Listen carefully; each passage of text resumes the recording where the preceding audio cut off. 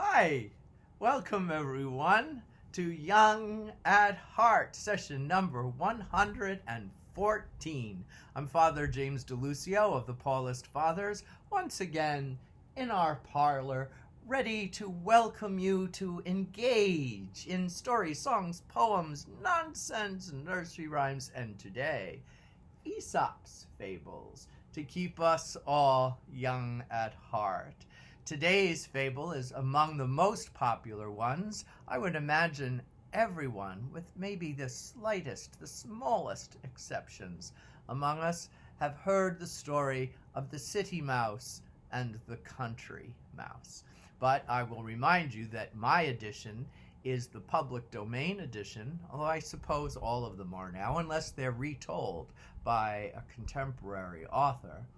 So this one goes back to the 17th century, around 1638, and so the language is a bit archaic. There's a use of a word collation at the beginning of the story, and when we think of collation, you think of collating on your photocopy machines and collating by hand. Some of us still do that, where you take pieces of an article, pages of an article, 1 through 10, and you yourself put the 1 on top and the 2 behind it and the 3 behind it, etc., collating. But in this context, a collation, and it's still the second definition in a dictionary, is a light, informal repast or supper.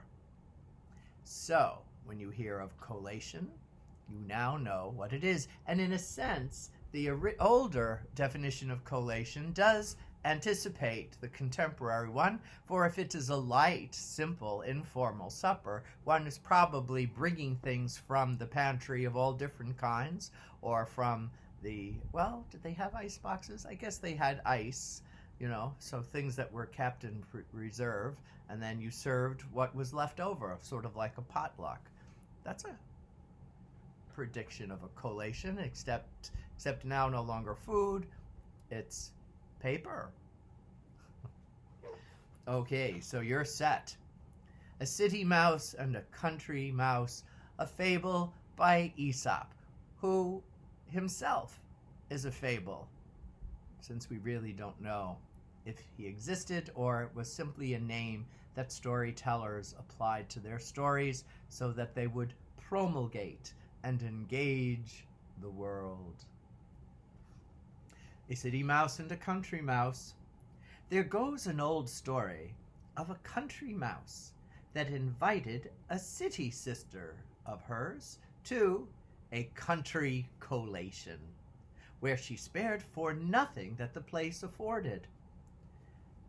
Moldy crusts, cheese parings, musty oatmeal, and rusty bacon, and the like. Now, the city dame was so well bred as seemingly to take all in good part, but yet at last, "Sister," says she, after the civilest fashion, "why will you be miserable when you may be happy? Why will you lie pining and pinching yourself in such a lonesome, starving course of life as this is, when 'tis but going to town along with me to enjoy all the pleasures and plenty that your heart can wish?" This was a temptation the country mouse was not able to resist, so that away they trudged together, and about midnight they got to their journey's end. The city mouse shewed her friend the larder, the pantry, the kitchen, and other offices where she laid her stores, and after this carried her into the parlor, where they found yet upon the table the relics of a mighty entertainment of that very night.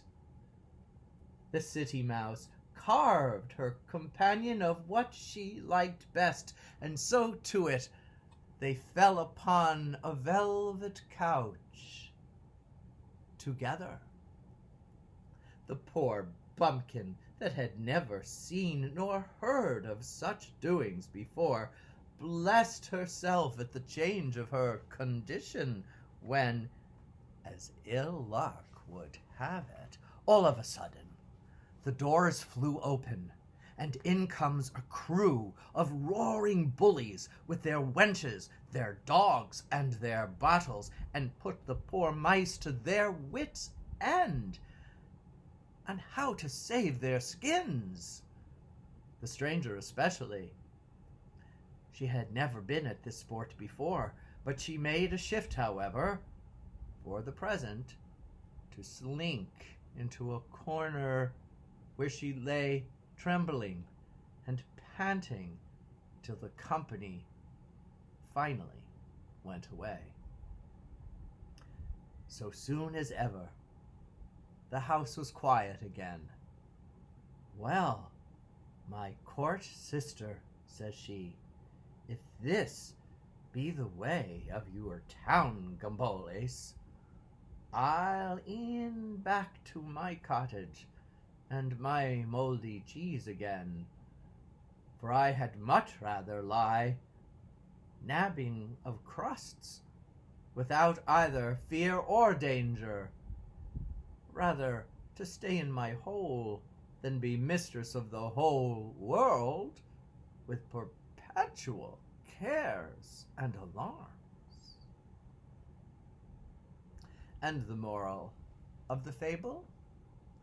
The difference of a court and a country life, the delights, innocence, and security of the one can't compare with the anxiety, the lewdness, and the hazards of the other. Which is why, even in great cities like New York, we have acres and acres set aside to give us a little taste of the country, of trees and brooks and little tiny lakes and other things, to give us a sense that we're still on planet Earth and not a world of concrete. Now, this edition, that had many, many editions for centuries, was translated by and elucidated by a Sir Roger Lestrange. Now, there's a character called Lestrange in a famous series of children's novels. Do you know? You can put it in the comments who is Lestrange. But nevertheless, this was a gentleman, Robert Lestrange, and he offered his own little take on the fables, which go on and on and on, but I will read to you only the first 4 or 5 sentences. So, from an elucidation from Mr. Robert Lestrange, expert in Greek and translating it into French and English, a multilingual translator. The design of this fable is to set forth the advantages of a private life above those of a public, which are certainly very great, if the blessings of innocence, security, meditation, good air, health, and sound sleeps, without the rages of wine and lust, or the contagion of idle examples, can make them so. For everything in the country there is natural and gracious elements. There's the diversion of all the healthful exercises of the body, the entertainment of the place, and of the rivers, without any base interest to corrupt either the virtue or the peace of our lives. We can see here in this 17th century anticipation of some of the quibbles and combative dialogue of the founding of this country.